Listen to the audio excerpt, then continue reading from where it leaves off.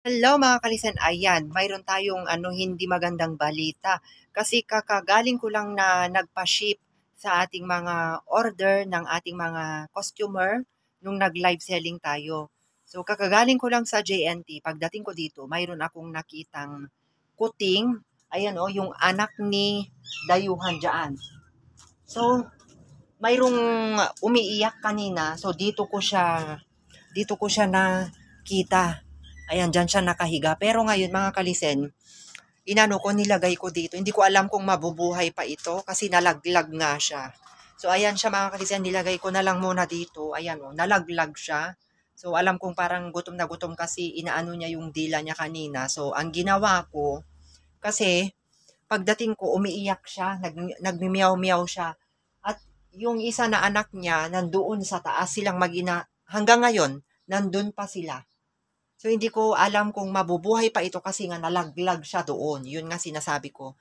Nalaglag siya, nabitawan niya siguro dahil gusto niya ulit ilipat doon, idaan niya ulit doon. Eh, ganito yung nangyari ulit sa anak ni Mama Kat Pelisa. Sana, nung nandun pa lang sa balon, nung nandun pa lang sila sa balon, sana kinuha ko na talaga noon pa. Pero nga, yun nga, nag-take advantage kasi ako noon kasi nga, baka ilipat-lipat niya lalo. Yun nga yung kung hindi ko alam kung ano to kasi wala akong idea pagdating sa mga ganito kasi ninenervous ako kanina pa. Sana lang mabuhay siya. Pero alam nyo, nakaihi siya kanina at saka nagdumi na siya. So hindi ko alam ito kung mabubuhay. Dahil alam nyo na nanganak si Dayuhan, dalawa puti at saka yung kasing kulay ni Dayuhan yung anak niya. So, tapos ito pa, na-stress din ako nito, mag-iina, nag-aaway-away yata sila. So, hindi ko alam, galing lang ako sa sa pagpapadala ng ating mga shipping, mga order ng ating mga customer. Tapos ganito yung madadatngan ko. May umiiyak na kuting kanina. Eh, nahulog siya doon. Kaya dinampot ko kaagad kasi ang lakas ng niya, ang lakas ng um, pag miyaw niya. Tapos ngayon, ang nagawa ko ngayon, dahil hindi pa tayo nakaluto kasi tanghali na naman at magbubukas pa tayo sa Escabik ngayong after lunch. Kaya nagsabay-sabay yung ating kaya na-stress ako ngayon. So, ang ginawa ko, nilagay ko muna dito and tinimplahan ko na lang ng gatas kasi alam ko nagutom na kanina kasi baka ma-dehydrate ka ako.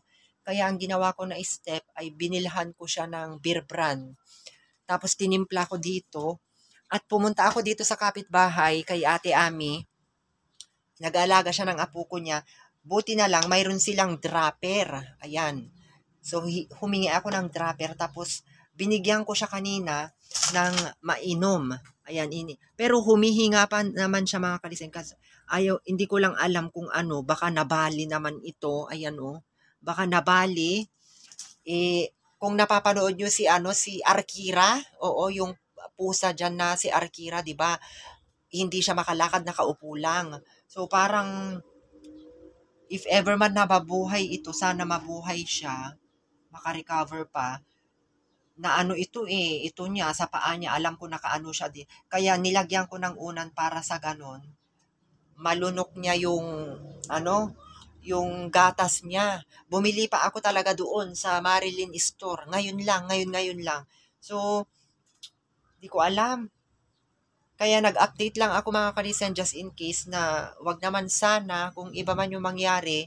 Kasi ang alam ng iba, dalawa yung anak niya. Baka tatanungin na naman ng mga iba dyan na hindi makaintindi bakit nawala yung isa. So, ngayon pa lang nag-ano na ako ng mini update sa kanila kasi yun nga, hindi ko inasahan. Pagdating ko dito, may umiiyak na kuting. Yun, nalaglag. Alam ko nalaglag na. Kaya sabi, alam niyo talaga nanggigigil ako kay Dayuhan eh. Kung gusto ko lang talaga, paluin ko siya. Sa totoo lang, naiinis ako. Alam niyo mga karisin, ito pa yung pinaka-cute sa dalawa. Actually, dalawa sila, cute naman sila dalawa. Kaso nahulog siya. Ming, hindi ko alam kung paano ang gagawin. Ayan, oh, alam ko parang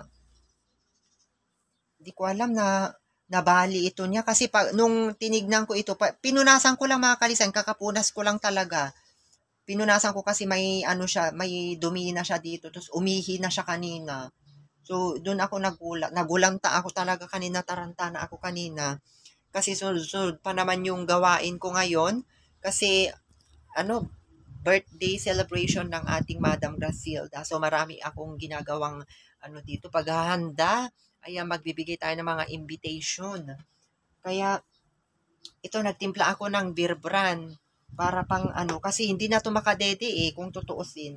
Kaya ang inaano ko, tsempuhan ko yung anak niya doon kasi ayaw ko ganyan na naman yung mangyari balang araw. Wag naman sana. Siguro kunin ko na lang yun. Pag magkaroon lang ako ng pagkakataon kunin ko na lang kasi bumili ako talaga ng beer brand at pagtsatsagaan ko na lang ipadedihin. Kasi baka, wag naman sana, baka ganun na naman ang mangyari. Ayan bumili ako ng beer brand. Ito, pansamantala, ipapadede ko sa kanya. Pag sakali, sana naman mabuhay siya at mabigyan pa siya ng pagkakataon na mabuhay. Ang cute-cute niya. Ayan, Tinitignan ng mga, tinitignan ni, si Kiara. Tinitignan ni Kiara yung Ayan siya, Hindi ko alam, ano ba to?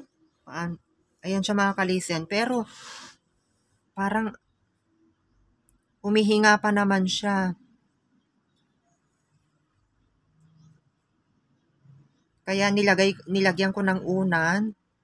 Kasi kawawa naman siya mga kalisen pag tinignan ko yung mata niya, okay naman kanina. Hindi ko alam ito. Hay, Diyos ko, na-stress talaga ako, guys. Hindi ko alam. Hindi ko naman alam kung ano yung gagawin ko. Wala naman, pabet ko, wala naman tayong budget.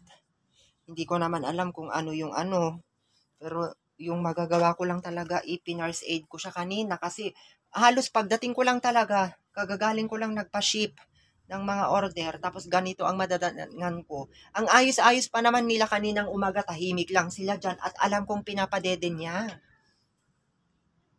Ay nako. So, ayan lamang mga kalisen, hindi ko alam, pag-pray natin siya na sana mabigyan pa siya ng pagkakataon mabuhay, no? At masaksihan din natin yung kanyang paglaki, if ever man na, wag naman sana maka-recovery pa siya. Ayan, humihinga pa siya mga kalisen, ayan,